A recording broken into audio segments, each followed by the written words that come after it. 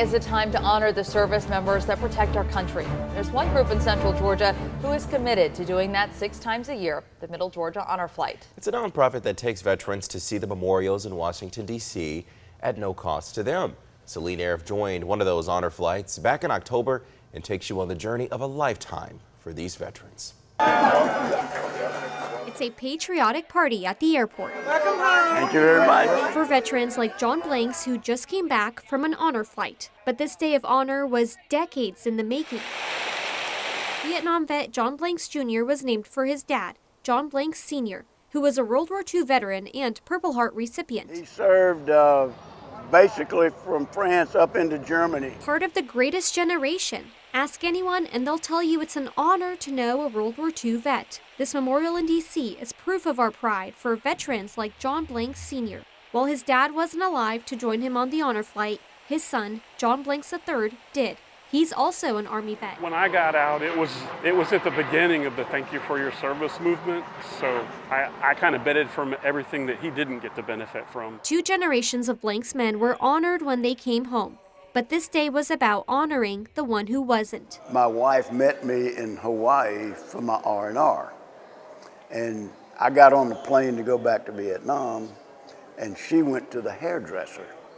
And the hairdresser asked her one question: how does it feel to sleep with a baby killer? Those comments, the spitting, and the protesting that followed Vietnam veterans home hurt.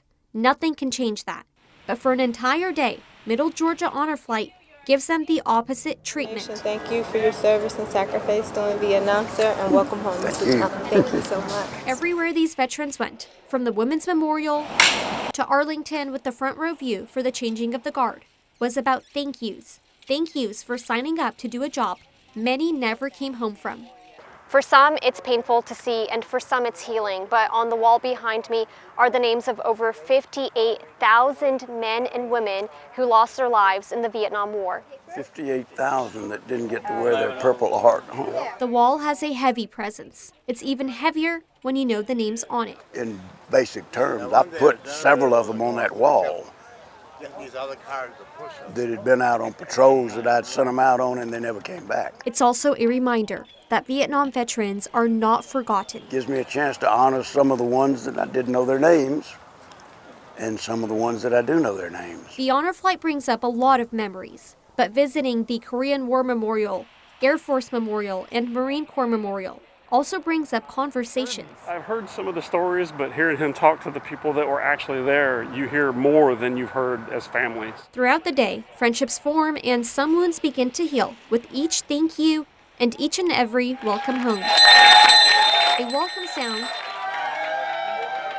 to those who never heard a proper thanks. Reporting in Macon, Celine Arif, 13 WMAZ News. Wow, so this was their 23rd. The flight began back in 2018. You were there for the first time, and you remember it being moving. It was.